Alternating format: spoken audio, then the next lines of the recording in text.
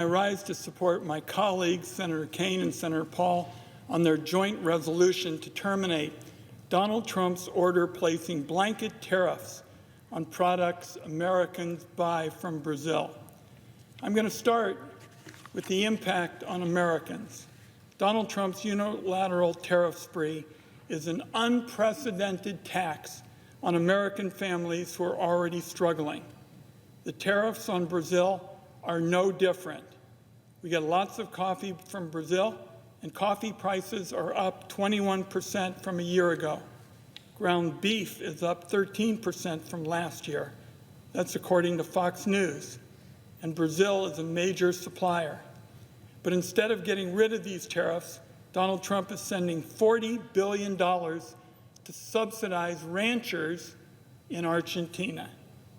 Now, I recently held town hall meetings at home, and surprisingly, not a single Oregonian told me they wanted to pay more for their morning coffee or more for a hamburger. In all, Donald Trump's tariffs are going to cost the average American family more than $2,000 this year, according to the Yale Budget Lab. That, Mr. President, is the what. Higher prices on coffee, beef, and building materials Americans get from Brazil. Now I'm going to talk about why. Donald Trump didn't unilaterally slap those 40% tariffs on things we buy from Brazil to help the American worker. No, America had a $7 billion trade surplus with Brazil last year. And while food prices in the U.S. are shooting up, Trump's tariffs have lowered food prices in Mexico and Brazil. The real reason, and this is what's crucial, the real reason Donald Trump is imposing these tariffs, by his own words, is to settle personal scores and pressure the Brazilian government to let their corrupt former president off the hook. In his letter announcing the tariffs, Donald Trump called the prosecution of former President Bolsonaro a witch hunt.